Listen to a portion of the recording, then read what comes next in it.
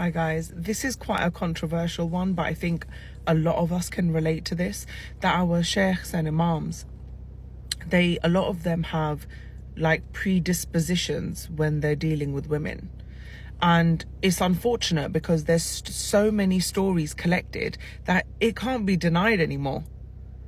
You know, certain elements with divorce or marital issues, when it comes to men misbehaving or women wanting their due rights, which are Islamically written, it's like, well, you compromise, or you must be doing something wrong, or you continue to take the belittlement of whatever kind of shape or form or fashion it comes in. And I've also heard quite a few imams say that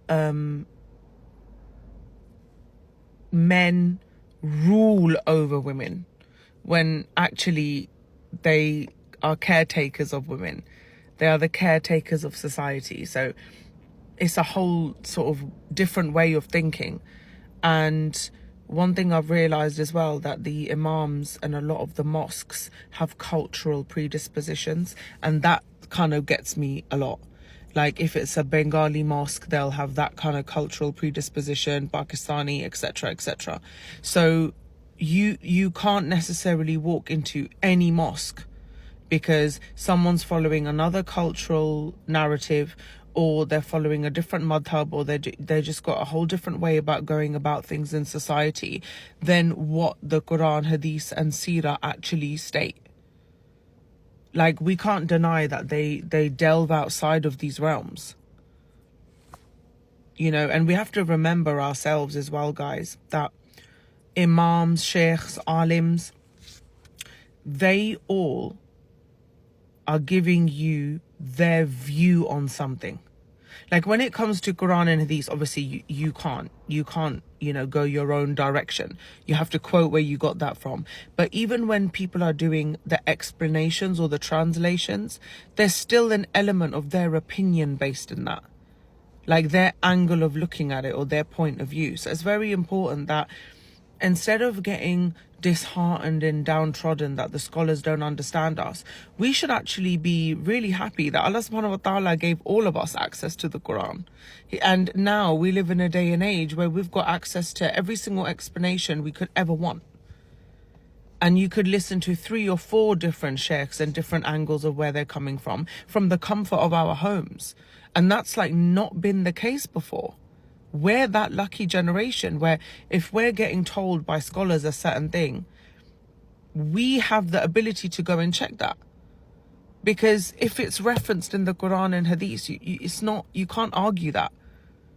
That's in the form of when you're defending yourself, or in the form of when, you know, you need to persecute or do something. You know, there's loads of actions involved. You can't summarize what Hadith has because it has everything: political, financial, family, social.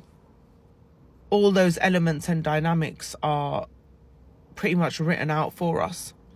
So don't get disheartened, guys. I know it can be like, you know, when a sheikh tells you something and he's not necessarily being fair to both parties, or he has like his own personal view on it rather than just simply stating to you what is written in the religion, it can make you feel like a bit further away from deen.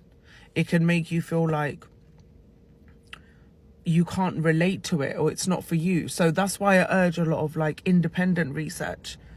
Guys, look up for yourself. I know it takes time, but if you really find what's going on in your life and your journey here on earth important, you would go out of your way to learn these things.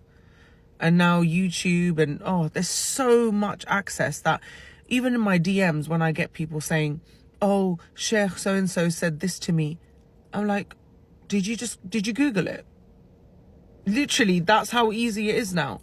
Did you Google it? Did you read 3 or 4 or 5 different opinions to see, right, where is the sensible, logical, common sense middle ground I can take from this? What balance I can take from it? And common sense is a huge thing. Like, Islam is very clear and simple. There's no like good and bad. It's more that things are right or wrong.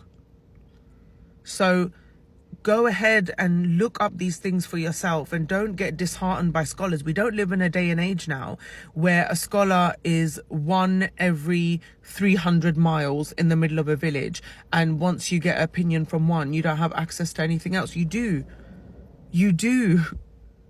We've actually got sheikhs that are like famous now. Look up what they have to say about it before you get, oh, sheikh said this and now it's the end of the world. It's not. We've got information at our fingertips and we don't have to feel disheartened by it. It's another thing if you don't like the answer. So you do your own research, Quran and Sunnah, and you're like, oh, I don't like the answer. Like, that plays on my nafs or plays on my conscience. Well, that's something for you to assess privately, because we can't bend the rules of Allah subhanahu wa ta'ala. So once you find out what they are, whether they suit you or not, that's what we've got to do. That is the strive. To fight ourselves in order to follow the path that Allah has set out for us. So scholars are knowledgeable people, but they're not the be-all and end-all of information. And you also need to educate, we need to educate ourselves, and so we can provide ourselves with a good amount of discernment. So when we go in research, we're making sure that it's only from the Quran and Sunnah.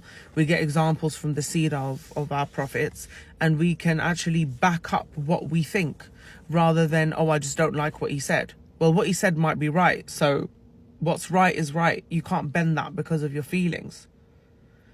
But we put too much importance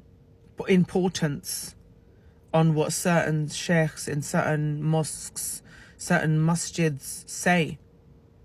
Because, I've had plenty of clients that have been abused and, given STDs, been thrown out of the house, and the sheikh says, oh no, you try again, and you for your kids, make your marriage work. And for me personally, and from what I understand of our deen, that is not good advice.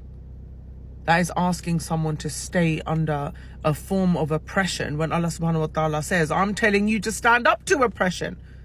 But the cultural narratives in our mosques, we need to be aware that they exist, guys. And if one doesn't suit you, try another. Life is about striving to eventually get to haqq. So we're going to have to put some effort into and not just rely on purely what someone said. Because knowledge is knowledge, but when opinion and emotions and past experiences start leaking into that advice, you can't know that from meeting a stranger. It's actually our responsibility to ensure the information we even receive